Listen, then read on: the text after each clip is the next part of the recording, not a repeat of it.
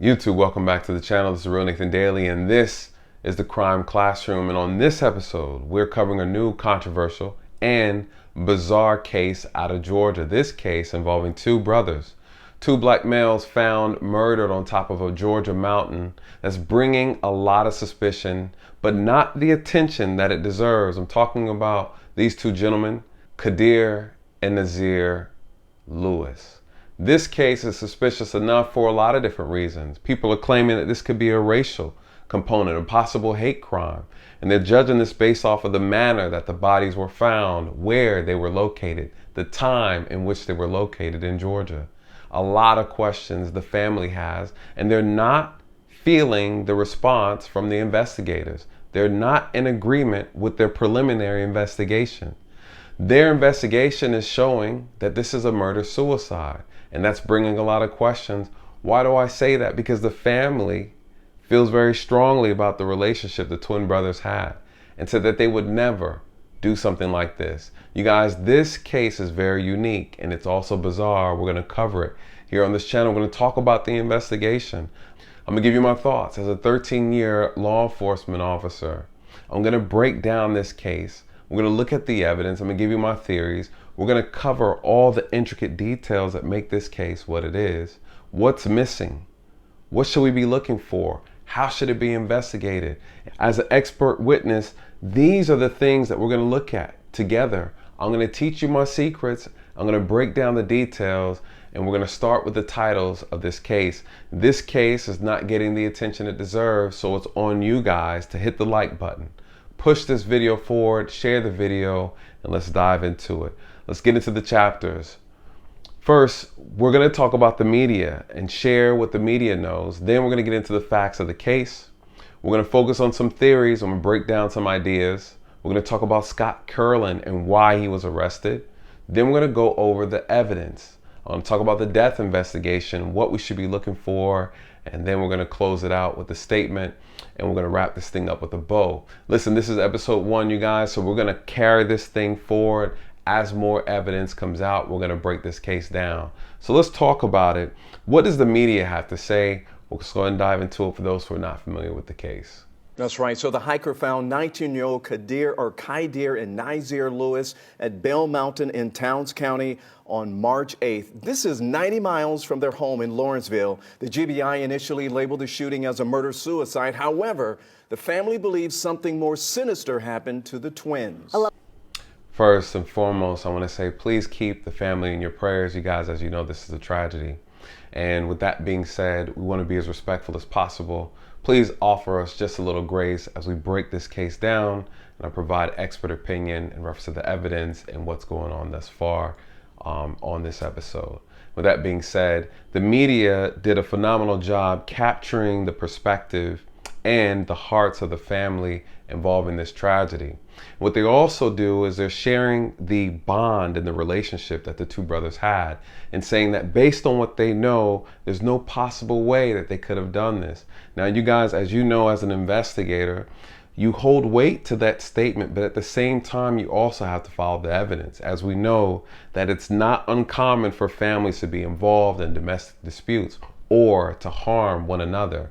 So at the same time, you do take that in consideration, but you also have to follow the evidence. And one key rule that I've always been taught is that if it is a suicide that you're investigating, all suicides must be treated like a homicide until the evidence shows you otherwise. And in this case, that's how it needs to be done. I do understand the frustration from the family. They believe that this preliminary investigation has no teeth in it, has no weight, and there's no way they should have been able to jump to that conclusion simply by looking at the scene of the crime. Why do I say that? Because scenes can be doctored, and that's something we're going to talk about in one of the later chapters. So moving forward, what's next? Facts of the case. Well, let's talk about it. The problem with this case and what makes it so unique is that the facts are few and far between. That's what makes this murder mystery so unique. Let's talk about what we do know. When was the last time the brothers were alive? Has to be March 7th, you guys. And March 7th, they booked tickets to go to Boston to see friends and family. Unfortunately, they never made it on the plane. What we need to know is who was the last person who spoke to them or saw them alive. That's important. We got to establish a timeline. We don't have it. So what are the facts? March 8th at approximately 11 a.m., their bodies are located unalived on top of Bell Mountain. Now, Bell Mountain is approximately 90 miles away from Lawrenceville, where they live at, which is just north from their location. That's a problem. This opens the door to more speculation. Hikers who were going up the mountain located them at the peak of Bell Mountain. Very unique, very interesting. What's next? Their vehicle was located inside the perimeter, the base of the mountain. The park, Bell Mountain, has gates that only open at 8 a.m. Listen, you guys, as we break down these details, you need to take notes because there's a lot of theories that are going to come from this. All right, here we go. 8 a.m., the gates open. Someone manually has to open the gates. Their vehicle was located inside the gate. Okay, now we don't know what the gate looks like. We don't know what type of gate it is. That's okay. What else? Their cell phone, their wallet, the keys to the vehicle, and their plane ticket was also at the scene, but inside their vehicle. That's another clue. But if their plane tickets were in the vehicle, were they pre-printed plane tickets or were they tickets that were acquired at the airport? That's also information that we need to know. Were these tickets printed in the house or were they printed at the airport? Because that would mean that they went to the airport and somehow from there made it to Bell Mountain. Or maybe it was printed at home. We don't know. We don't know what type of tickets. They didn't tell us. But these are the questions that we need to start asking. What's the next problem? We need a timeline. When did they leave their house? When did they make it to the mountain? If the gates open at 8 a.m., that means that they come after 8 a.m. and the incident happened between 8 a.m. and 11 a.m. when the actual people who actually found them on the mountain. You guys, that's 3 hours. Is that the timeline that we're looking at? Or were they unalived and then transported to the mountains and their bodies were left at the top of the mountain? Or did the brothers drive themselves there? You guys, there's many theories. We're going to talk about it, and that leads us into the next chapter. Theories. Why are theories so important? Like I told you before on the previous case that we're investigating in reference to Sadiqa and her disappearance, we talk about the avenues of crime and why those things are so important, because these avenues gives us an idea of what to investigate, what directions to go in. Are we going up? Are we going down? Who to talk to? Who's a possible witness? We cover all bases. So let's talk about the avenues. In this case, these are our theories. Tonight, the attorney for Towns County told me there are no cameras at Bell Mountain. He said the area is not staffed. Now, the gate to Bell Mountain opens at 8 a.m. and closes at sundown. The twins' family says the twins' car was found inside the gates in the parking lot. Their phones, wallet, and plane tickets for that Boston trip were inside the car. We need to know who our main witnesses are. One, the hikers.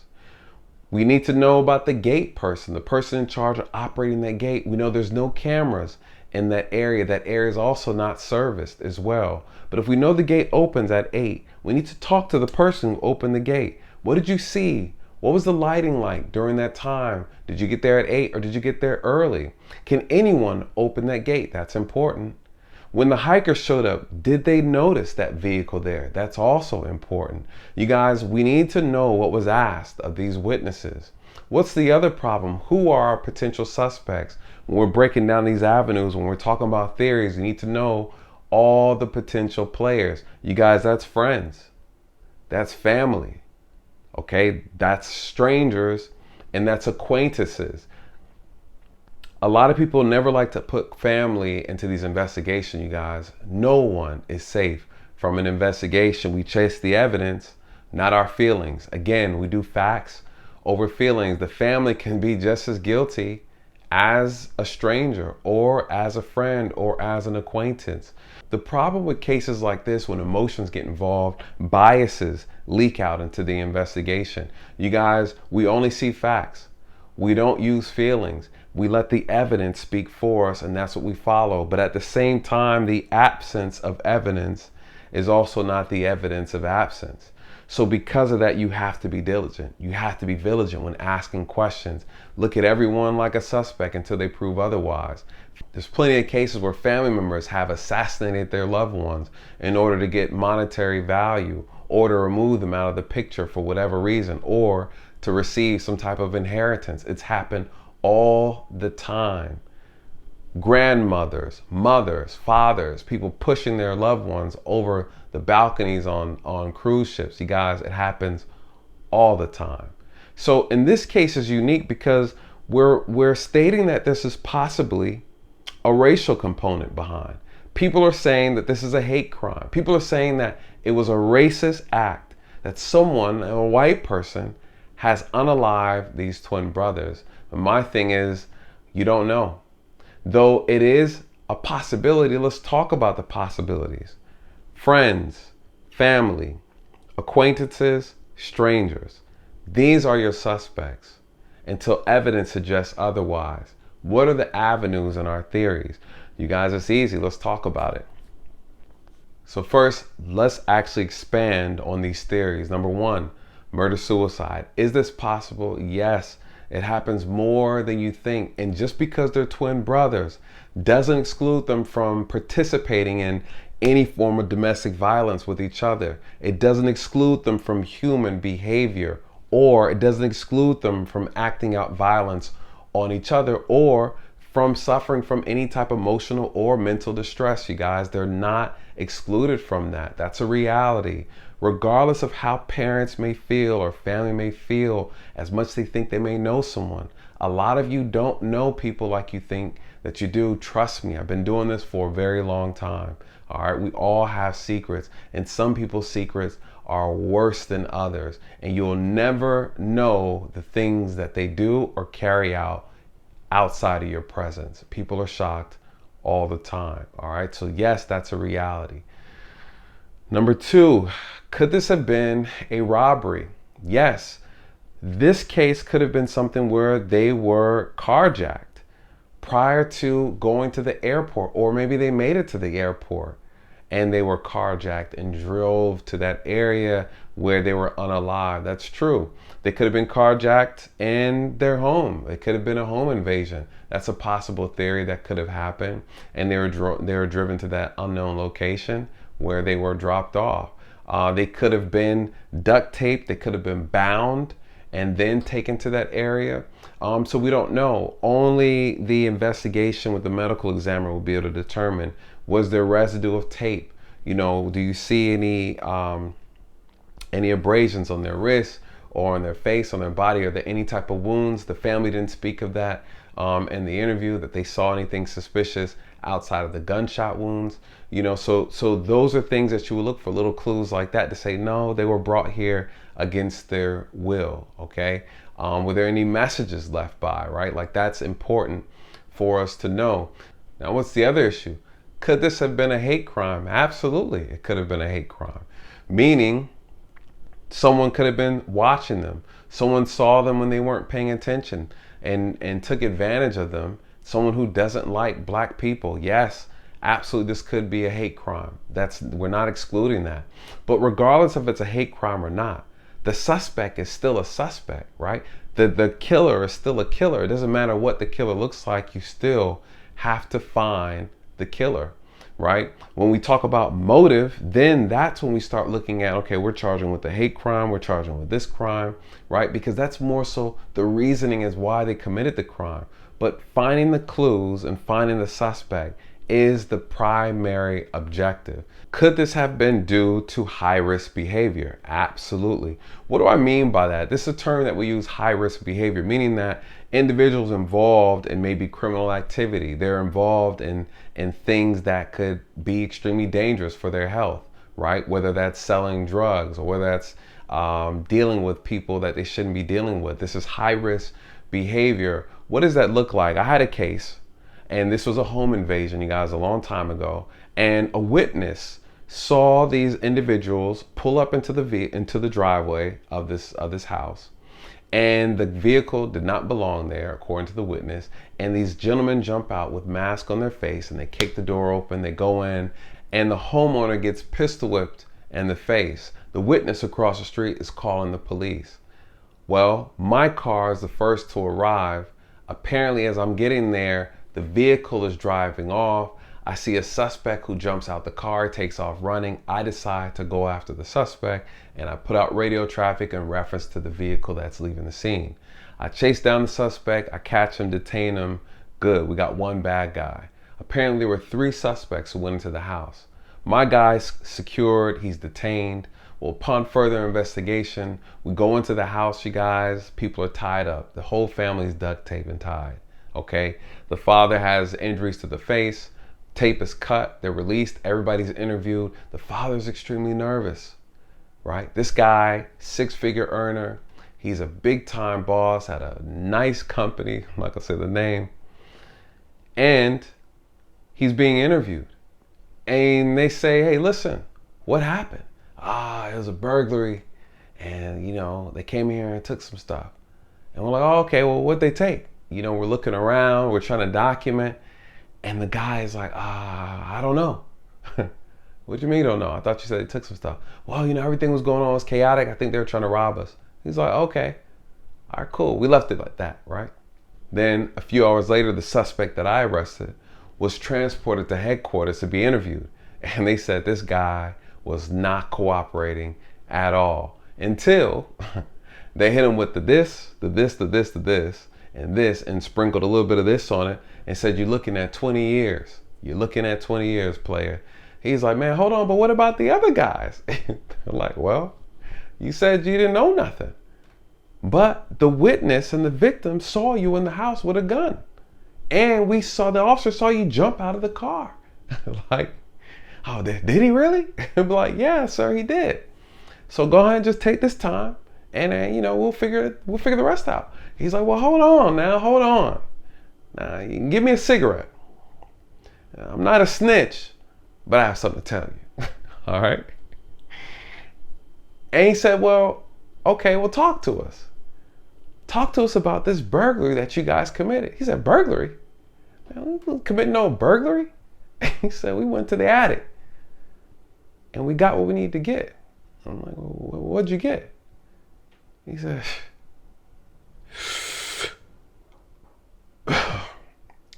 the cocaine, officer. The cocaine. Listen, this man, manager at a big business, big company, I don't say business, family, making good money in a good neighborhood. And that right there, ladies and gentlemen, is what we call high-risk behavior. See, this man had a good job. He was making good money, but he was doing a little bit of something on the side. And his wife claimed that she didn't know. I find that hard to believe. But the whole idea is that this is how he was living. And it put his family at risk. And these suspects were going to do a lot of bad things to him. They found the drugs, took the drugs, they drove off. And this man ended up snitching on him. All right? He said, I ain't a snitch, but I got something to tell you.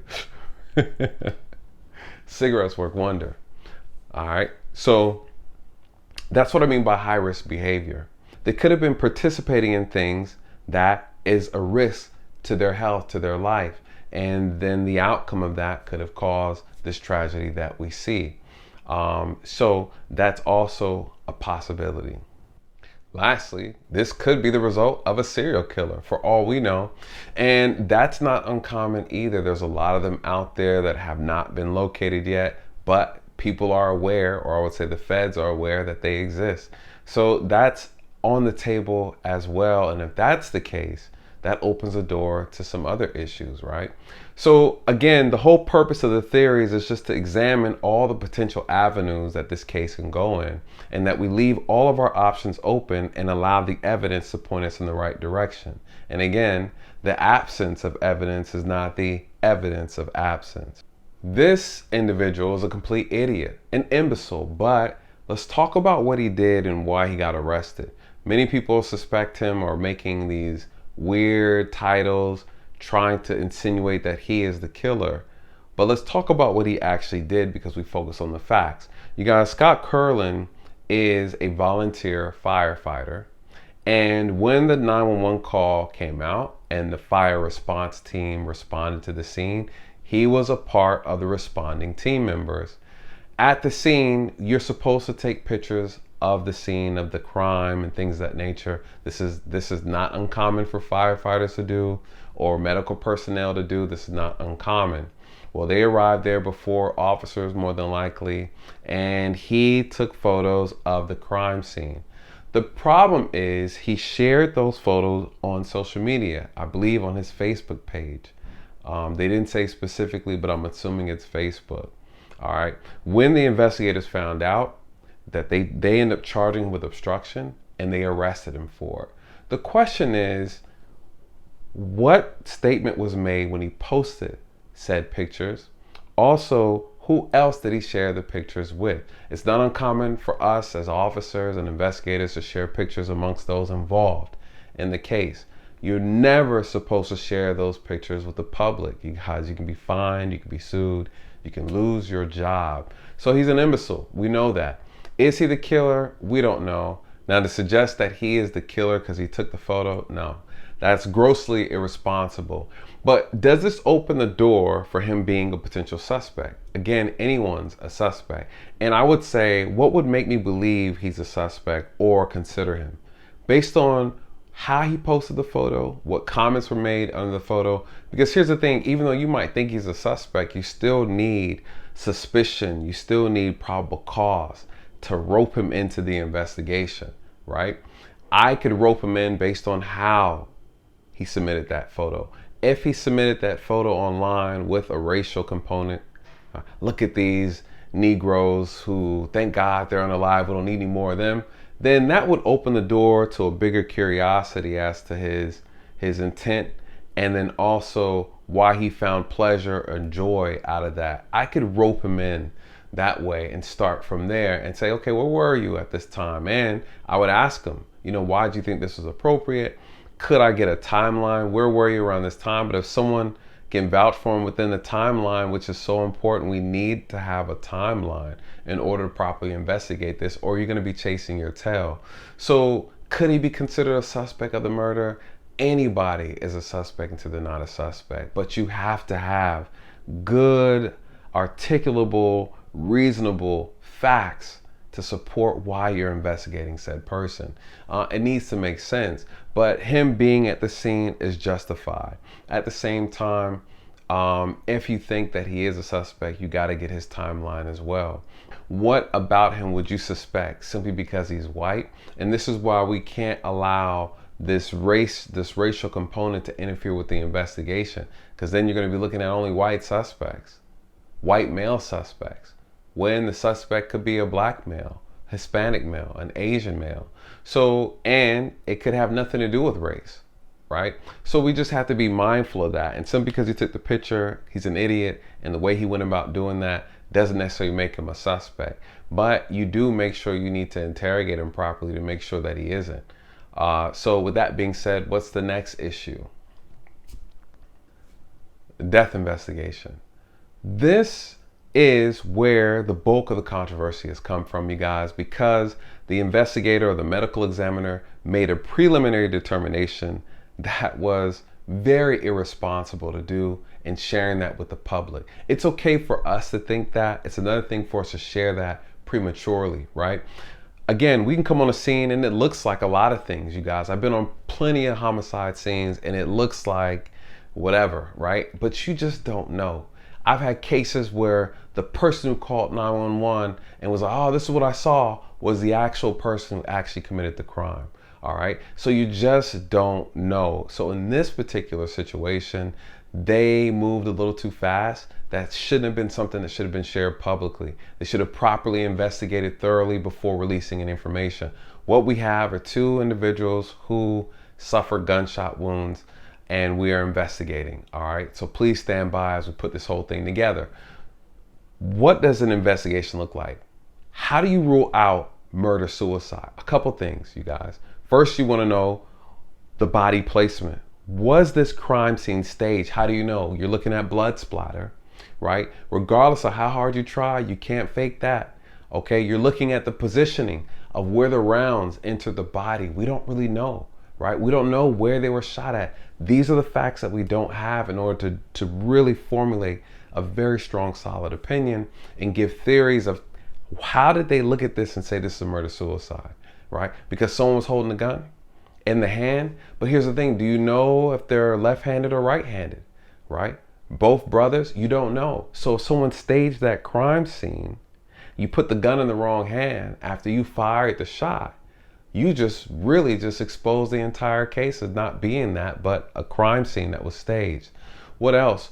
You need to swab and check for gunpowder residue. That's also a good indicator. If you're claiming this is a murder-suicide and you check for gunpowder residue and they're not on any of the victims, well, that means there's a third-party person who pulled the trigger. All right, that's another thing. Or were they forced to shoot one another out of duress? That's something that needs to be considered as well. Where's the placement of the shell casings? That'll also give you a better indication, okay? So these are things that you look at. Blood splatter. If the individual shot himself, the blood, based on the angle and the direction, is gonna be on the body a particular way.